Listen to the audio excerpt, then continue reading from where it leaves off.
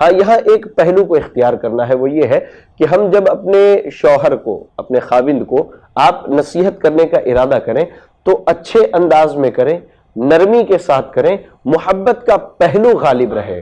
اور ایسے الفاظ استعمال نہ کریں جو اس کے جذبات کو ٹھیس پہنچاتے ہوں اور جو اسے تکلیف پہنچاتے ہوں،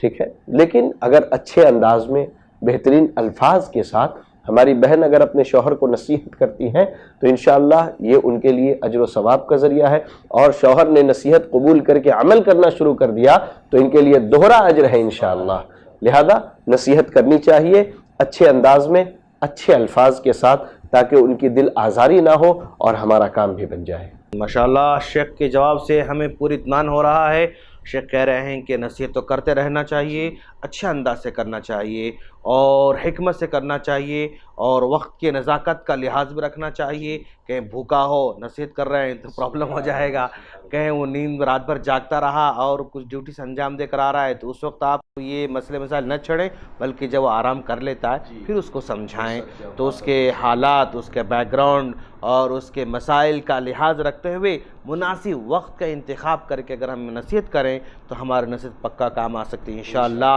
جب ایک فرعون، ظالم فرعون وقت آنے پر اپنی بیوی کو مان سکتا ہے، حضرت آسیہ کی بات مان سکتا ہے وہ موسیٰ علیہ السلام کے تعلق سے، تو اس دور کا کوئی شوہر فرعون سے بڑھ کر تو ظالم نہیں ہو سکتا انشاءاللہ۔ ہم امید کرتے ہیں اللہ تعالیٰ اسی طرح اصلاح کی توفیق عطا فرمائے۔